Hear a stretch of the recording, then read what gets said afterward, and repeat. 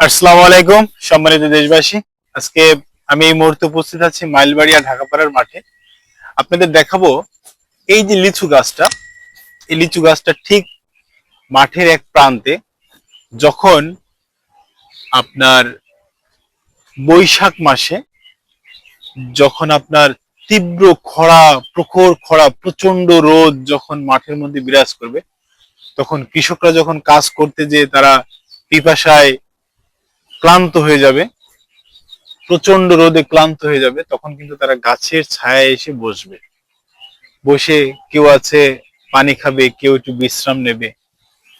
এই যে সুন্দর যে পরিবেশটা এই মাঠের মধ্যে, দেখেন এই লিচু গাছটা কত সুন্দর করে আছে। একটা সময় ছিল আমরা এই লিচু গাছে উঠতাম, লিচু গাছে ওঠার পরে আমরা সময় কাটাতাম, প্লাস এর পাশাপাশি অনেক সময় কাটাতাম, লিচু খেতাম, এইভাবে গাছের ডালে বসে থাকতাম। তো সেই স্মৃতিগুলো খুব মনে পড়ে। তো মনে পড়লো যে আজকে একটু গাছের ডালে বসবো। দেখেন আমি এখন গাছের ডালে ওঠার জন্য চেষ্টা করছি।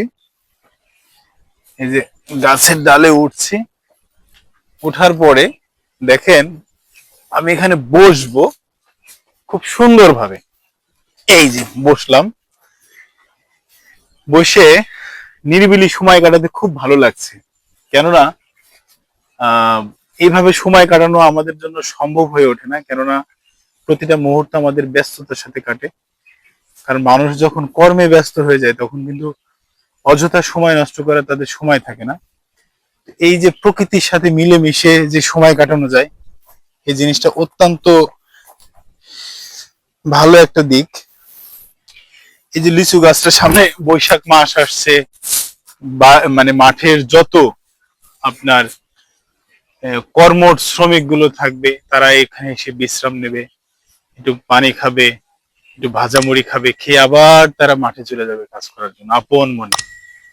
তো দেখেন এই যে গ্রামের এই পরিবেশগুলো সত্যি অসাধারণ লাগে। আমরা যেই বা যারা ইউরোপ, আমেরিকা বা পৃথিবীর বিভিন্ন দেশে আমরা ছড়িয়ে ছিটে আছি, আসলে সবার কিন্তু স্বদেশের জন্য একটা আলাদা একটা মনের টান থাকে, আত্মার টান থাকে। এই জিনিসটা কিন্তু আসলে ভোলার নয়। আমাদের অনেকে বলে যে ভাই আপনি মাঠের ভিডিওগুলো দেন, দেখলে খুব ভালো লাগে, মনে হয় যেন আমি আমার স্বদেশের সেই গ্রাণ পাচ্ছি।